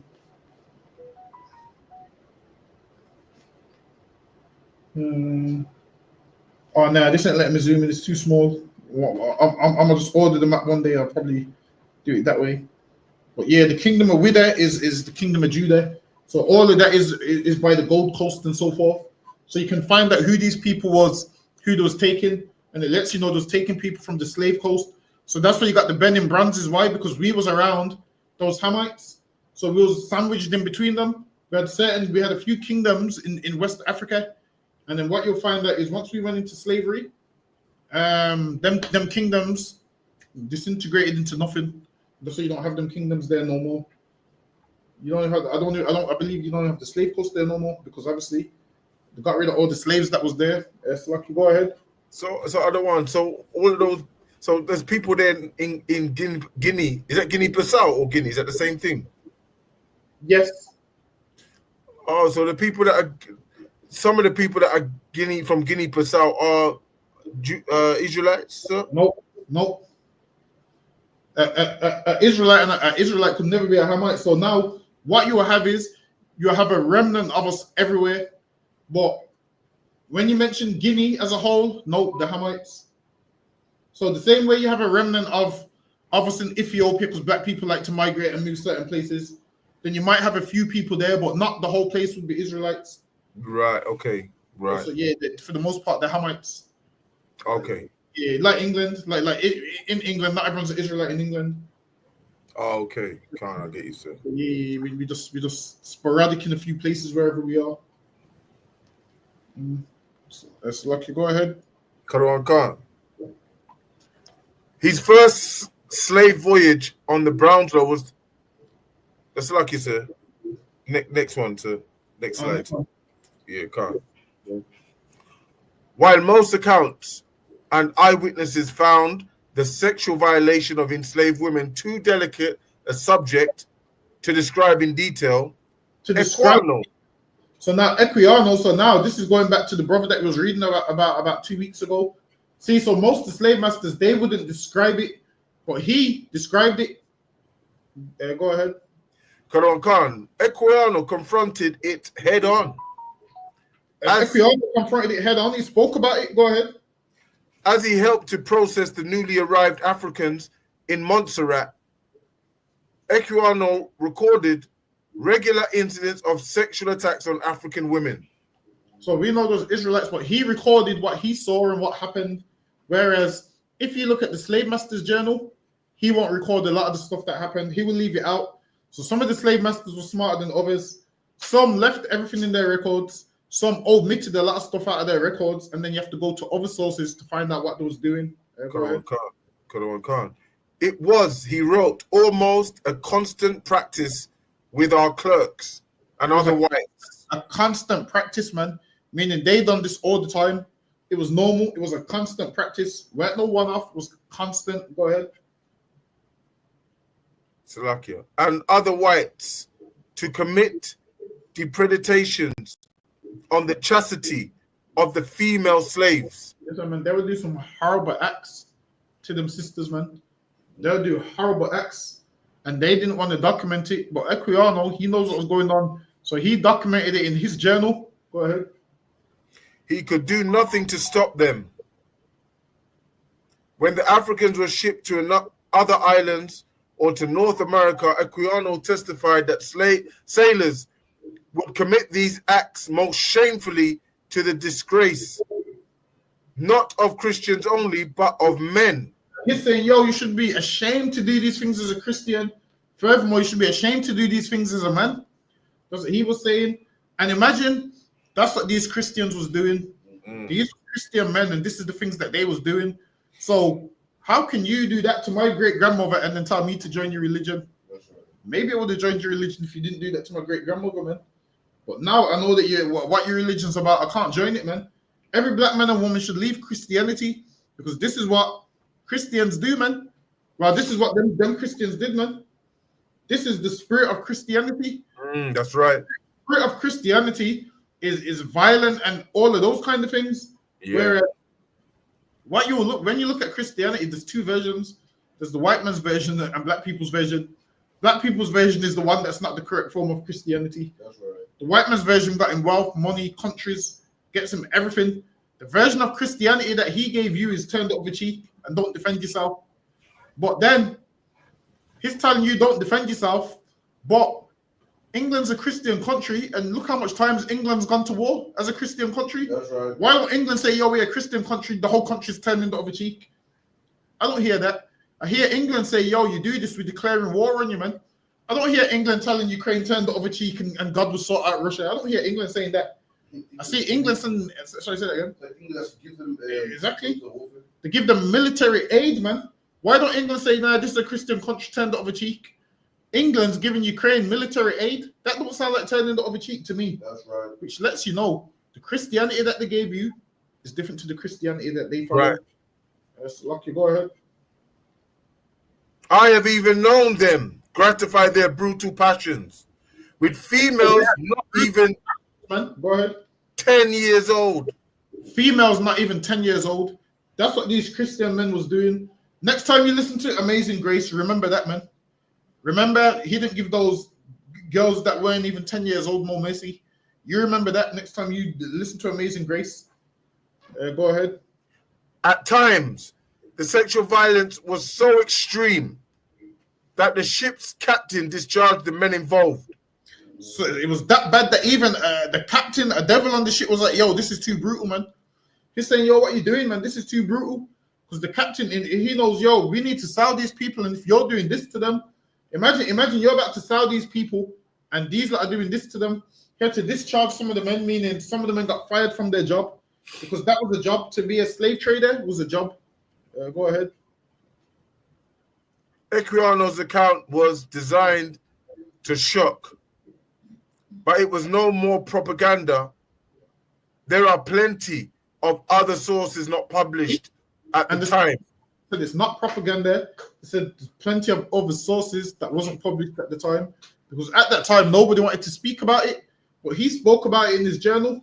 At the time, remember, at the time when Equiano died, it was about what, 1700s. So at the time, not a lot of people knew this, but over time, people would come out and speak about their atrocities. People would speak about the stories that their grandfather told them and whatnot.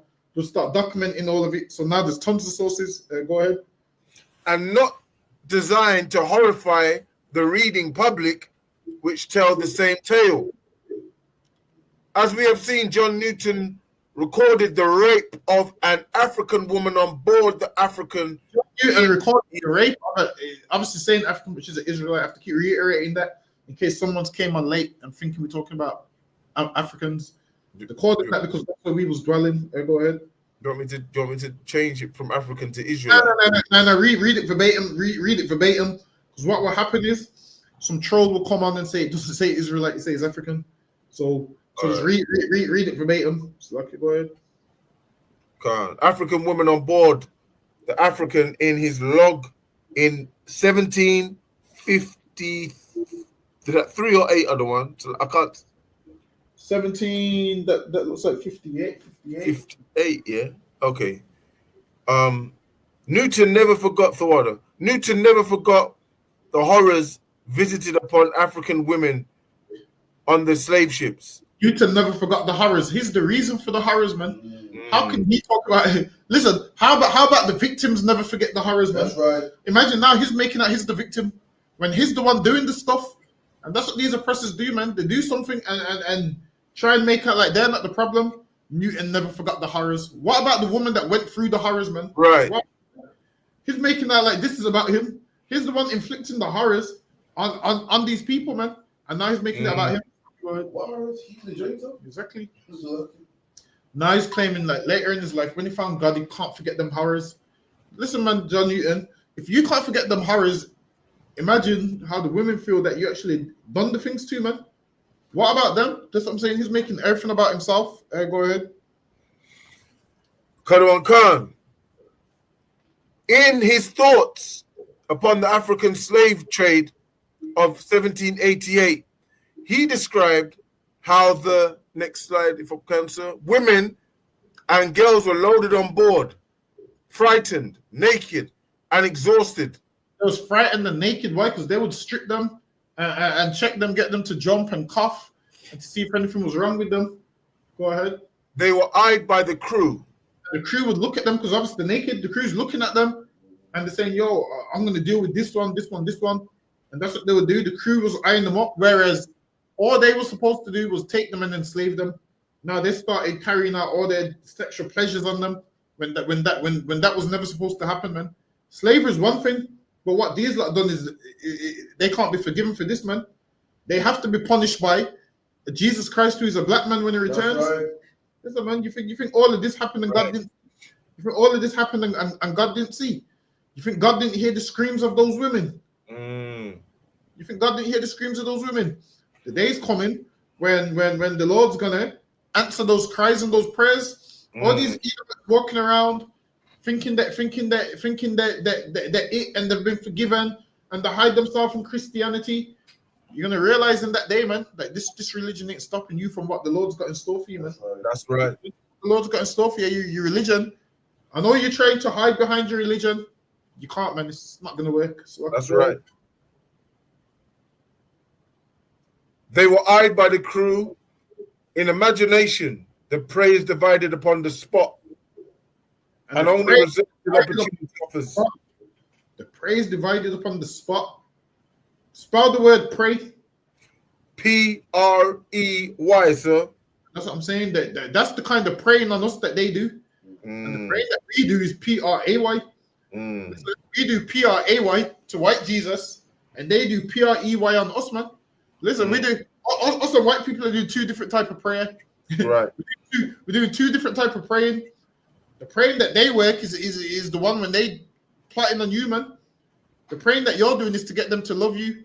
Imagine this man's praying on you to kill you, and you're praying to white Jesus for them to love you. Listen, man. You're gonna lose, man. They ain't gonna love you. So Lucky, go ahead. So Lucky, yeah, Khan. And only reserved to opportunity offers, where resistance or refusal would be utterly in vain. And only reserved to opportunity offers where resistance or refusal would be utterly in vain. So no, you know what city he's from? Just out of curiosity. John Newton. Yeah. I can't remember. Wasn't he from? Is it Lancaster or Lancashire or Liverpool or one of them? It might be from one of them, from what I remember. But now it goes that where resistance or refusal would be utterly in vain, meaning they couldn't refuse, they couldn't stop it. It's in vain. Them tears. Guess what? Here it says utterly in vain, but like I said, they have to answer to the Lord one day, man.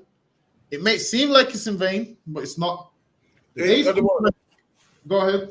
So like you said, you know that picture I sent you, is it allowed to be shown to see their you know, their this is what's gonna happen to them when the time comes? Nah, we're probably gonna get flagged for that. Oh, okay, no sweat. No. Listen, we already been on a ban. So lucky. So now it says that now we've their cries was in vain, meaning they couldn't stop what was about to behold them, what was going to happen to them. They couldn't stop what was going to happen to them because obviously these oppressors have a fierce countenance and they're in charge. And there's nothing you can do to stop them. It's like the army coming into your house and saying, yo, this is going to happen. How can you stop them? They've got all the weapons and the government and everything behind them, and you have nothing. And these women had nothing. All they could do is know what was happening to them was wrong and cry, and that was all they could do. Lucky, go ahead. Khan, everyone involved in the world of Atlantic slavery, from the captains of the ships through to the slave owners in the Americas and the British-based shippers, all of them, measured in their thousands, were lured to the world of Atlantic slavery by the hope of profit. And they came there because they wanted profit, man. They went there because they wanted money. And that's why they became slave owners and slave traders and worked on them ships. Why? Because they was there for money. Go ahead. Khan, today, this seems obvious. But what is surprising, perhaps, is that few of them seem to have any moral, religious qualms about what they were doing. Wait, say that, read that again. Khan. But what is surprising, perhaps, is that few of them seem to have any moral or religious qualms about what they were doing. It shows that is okay in Christianity because all of them was there, and it says that they didn't have no religious qualms about what they was doing. Not one man stood up and said, what you're doing is wrong with Christians. We can't do that. Nobody stood up and said that. And they was all Christians, and they agreed to do whatever they was doing. Go ahead. Khan. Few saw anything wrong or unacceptable in their own behavior. Few saw anything wrong or unacceptable. Wow. I can't join a religion that allows you to rape my grandmother and great grandmother. That's right. I can't join that religion. They didn't see nothing wrong. They didn't see nothing wrong with it. So I can't join that religion. You know, I can't join that religion because I see something wrong with it. That's right. So that religion's not for me, man. I see something wrong with it, so I can't ever be a Christian. Right. If none of them had religious qualms and it wasn't wrong, how can I now join that religion? Like, while it is, I need to speak to one of these Edomites. I need to sit down with an Edomite to ask him about. I need to sit down with a proper Christian Edomite, like a smart one. I ain't even gonna battle him on the scriptures. I need to ask him about what's right morally and wrong morally. Yeah. I need to ask him, if you was there back then, would you partake in this? Would you have stopped it? Of course, he's going to lie and say he would have stopped it. I'm going to ask him, was the good Christians or bad Christians? And I guarantee you, he's going to say the bad Christians. And I'm going to say to him, that doesn't, I'm going to say to him, they follow Christianity closer than you do, man. Because listen, England is a Christian country, I guarantee you. Which means if England's a Christian country, and that's what they was doing, that means the whole country was okay with it, man. Because it's a Christian country. So now, if any white Christian tells you that he disagrees with this, ask him what church does he go. And there you go. That means he don't believe what his church believes, because why? Ask him, was that form of Christianity wrong? And if he says yes, that means he's going against what England believes, man. Because as long as I can remember, England's been a Christian country. So now, I'm asking him, so are all them Christians in hell for what they did? I guarantee he's going to say, no, Christianity is a dumb religion. So you mean to say a man can rape as much women as he wants and still go to heaven? Christianity is stupid, man. So like you, sir, and just to add to that, sir, you know, just how they treat black women anyway around the world. They don't care about our women. So it was always all right back then, and in their eyes now, it's all right still now, because all over the world, our women are getting raped, murdered, and everything, and no one's getting held and found guilty for it, even now, today. Yeah, for real. Listen, you get, like I said, you harm black people, you get away with it. There's no repercussions or nothing, but one day there will be repercussions. Right. Why you saying deep? Because the new Netflix show, in it, what's it called? Adolescent. And when they asked him, man, why did you make it? He said, I said, because I got read the newspaper, I saw a girl get stabbed by a boy. I had to make a film about it, and I thought, hold on. So a girl get stabbed by a boy, he had to make a movie about it. Meanwhile, black people get stabbed every day. And he didn't urge him to make a movie or nothing. Like, our lives don't mean anything. Black people get stabbed. When in the news from the 90s to today, it's what black people do. And why he get stabbed? He makes a movie about it. I couldn't believe it. And that's what adolescence is about. Yeah, he saw a girl get stabbed by a boy. Then he read the paper again and saw another one. And he got make a drama about this to bring awareness. We get stabbed, they make movies glorifying it. Yeah, that's what I'm saying. They make Top Boy and what's the next one? Intent 2. Yeah. So when it comes to these other nations, they get sad documentaries and they get their best picture put up there with us. They put our worst picture, put the mugshot up there. They put a picture of you in a night tech tracksuit with the hood up. And then I don't know if I read the comments I do on the internet. So you see people in the comments say things like, oh, he was only going to be a doctor, and they're being sarcastic. Oh, he was only going to be a lawyer, and that's what white people say. That's So true. now, when something happens to white people, I'm in them comments the same way, man. I'm in them comments like, oh, he was only going to be a doctor. I'm in the comments like, deport him. One white boy committed a crime, was in the comments like, deport him. Someone was like, oh, deport him to where he's from, England. I was like, hold on, but black people that are born in England, you say deport them. So that's what I'm saying. Make it make sense. That's true. So, you know, England's racist, man. Any crime we do, deport them. That's what they put in the comments. Deport them. It lets you know that you ain't. They know you're not English.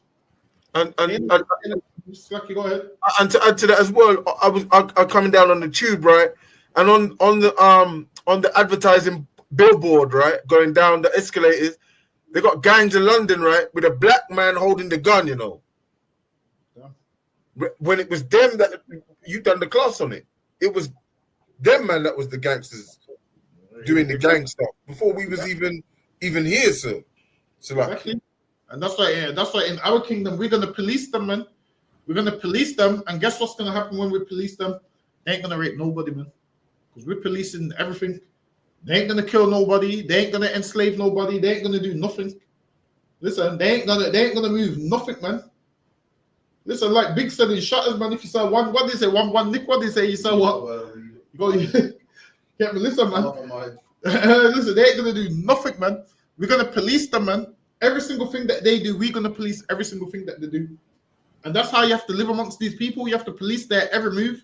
Because if you don't, they're going to kill someone, they're gonna go shoot up a school, they're gonna go harm someone, and that's just what they do. They're designed to do these things.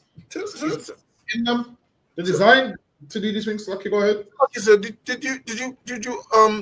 you hear about the white boy who killed his sister because she was annoying him? Damn. I can't believe it. She was annoying and he killed her. Is the one with the shotgun that killed his mum as well? I'm not sure about that. It might be. I don't know. I think there was one that killed his siblings, and he said he wanted to kill. I don't even know. He said he wanted to kill 30. He had 30 cartridges and said he was going to a school to kill 30 kids. He wanted to be the greatest UK school shooter of all time. He said. Oh my God! And they said, and they want to make us look bad and make us look mad and crazy. Well, it's with him. I don't know his nationality. I need to look closer before saying anything. Get me look kind of. I don't even know what he is, but we're about to find out. We're about to find out what he is. I'll probably cover that next week. But Salaki, go ahead. Yes, sir.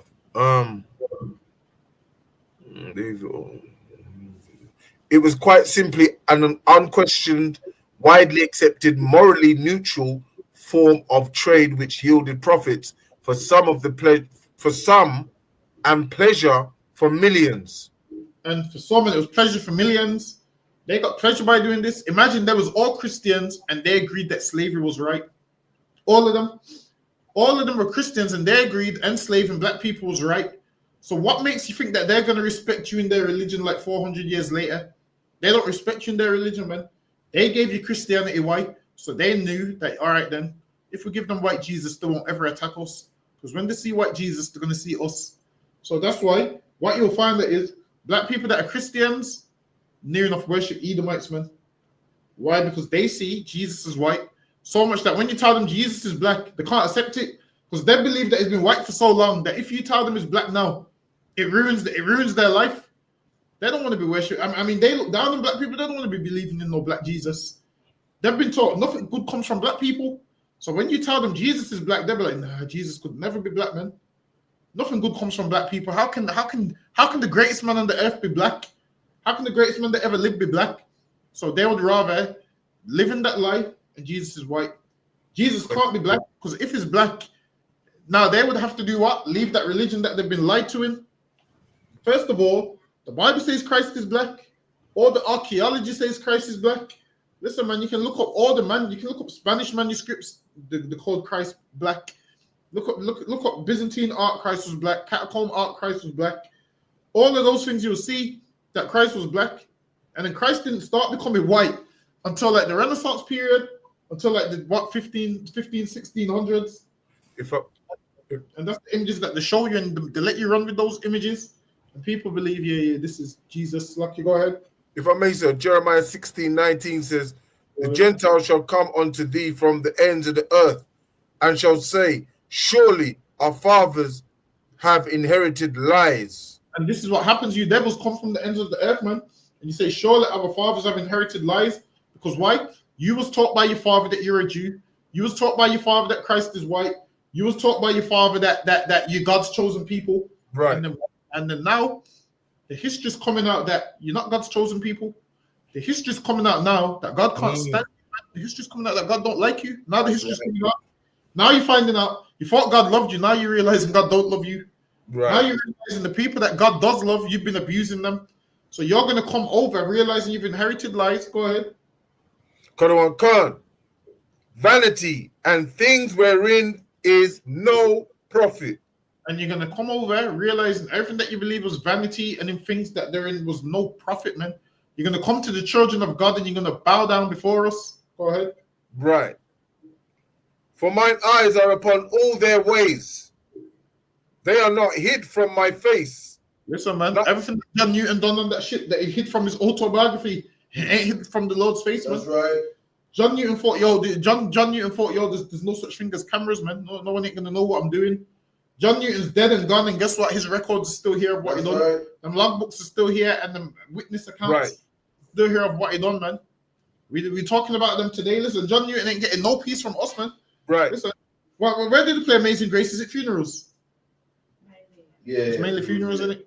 Exactly. Imagine black people being slaves their whole life, and then you take them out in their coffin to another slave, them listening to a slave song. There's Amazing Grace. What's the next one, man, that they play at funerals? Another hymn. What's the other hymn? There's another one. I can't remember what his name is. There's another one. How is it? How great thou art? Who sings that one? Who's that? That's the main one you see at every funeral. Jamaicans got their own version to that. Yeah, the Jamaican men, they got their own versions how great they are. That listen, I've heard that so much. I started to like it at one stage. So lucky, go ahead, Hakeem. Qadwan Khan. Neither is there iniquity hid from my eyes. Neither is there iniquity hid from the Lord's eyes. Everything that John Newton and them did, it's not hid from the Lord's eyes, man. That's right. There's gonna be paid. Don't think you're gonna do things and get away with it. The Lord will get you in this life or the next one. So I want to know how John Newton feels when we put him on the slave ship and ship him off to. Hold on, get me that and them Hamites that sold us as well. I want to know how they feel when we put them on ships and ship them across the world, man. So you know what? Yeah, you're going over there. I need some money. I want to know how they feel because they done that to us with no mercy, without no remorse. So I hope they never get the Benin Bronzes back. I hope they never get them back, man. Listen, I'm going to the museum to do a TikTok on the Benin Bronzes, man. Yeah, What do you say before Passover? I'm ready. We can do it. Yeah, we go there. Listen, I've been meaning to go to that museum. I think I'm going to spend at least. Listen, I'm going to be my element in the museum. I guarantee you, the devils in the museum are going to look at. They're going to think, why are these young men so interested in a museum? And then they're going to see the video online and be like, oh, we should have never let them in. Oh, we should have never let them in. That's right. So I'm telling you, a prayer don't move that red rope. You know that red rope when you can't get behind. Listen, if you hear the alarms going off, just mind your business. It's me getting a closer look at all the artifacts in there.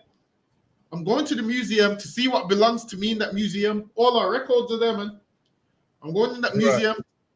They got all the Bible scrolls, everything in there. You see the scrolls and everything. They're all in that museum.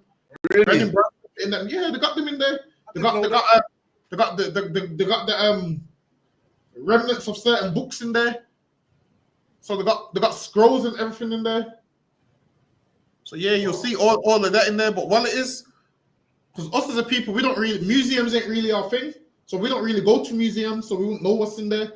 But when we go to that museum, we're gonna see a lot of our stuff in there. So I'm gonna go there and let people know what's ours and what's not. Especially a lot of biblical stuff. They got a lot of biblical stuff in them. Wow. If you're gonna see the Bible scrolls, you gotta go to the museum. So Lucky, go ahead. Would you be angry, other one? It'll upset if I went there tomorrow. Yes, I would. Yes, I would. All right, I'm not going. Listen, wait up. Listen, we all go in there.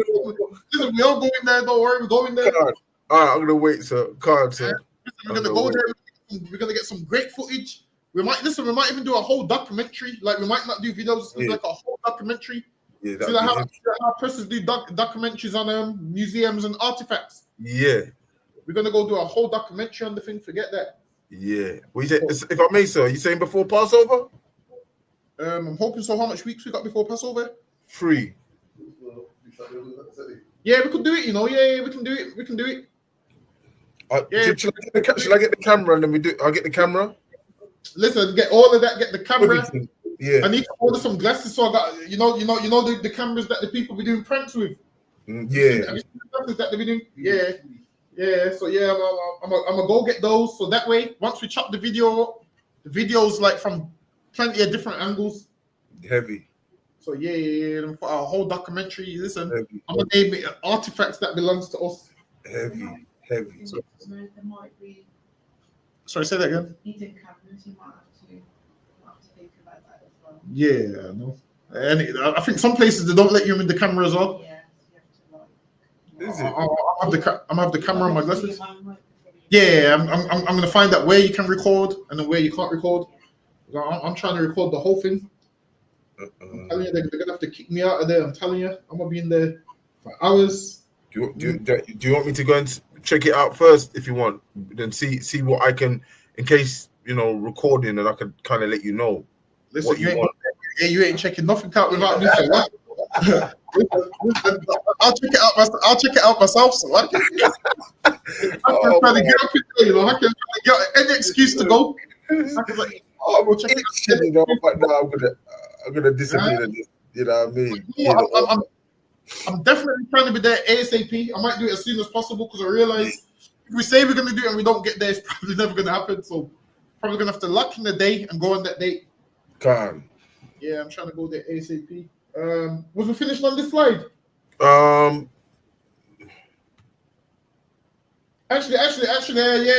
we're up on the time. We'll be here tomorrow with the scripture breakdown with Captain Karafia. For Waterford, logging in Israel, clap it up. We're up on the time. So lucky how you can call it because we're up on the time. Karon Khan, men of Israel, Amadim. Amadim Shabbat. Amadim. Barak. Yahweh Ba Shima Ushai Bakata. Yahweh Shemi Shabakafam. Yajimata. Sa, which means turn to the sisters. Men of Israel, Amadim. Amadim Shabbat. Amadim. Barak. Yahweh Shema Aletha Shima Ushai. So then just repeat Yahweh. Shema. I do it. Okay, Yahweh. Shema. Ilatha. Ba Hashem. Yahushai, which means God, Jesus Christ, watch over me. That is Matah. Walking and dismissed. For what again, Hakayan, for what Israel, Shalom Israel, we see here. We're going to do part 2 next week. We didn't even get halfway in. Shalom Israel. And Hakayan, listen, Hakayan, we never ever finished them. I noticed. I know. I want to talk to you anyway, if you don't mind.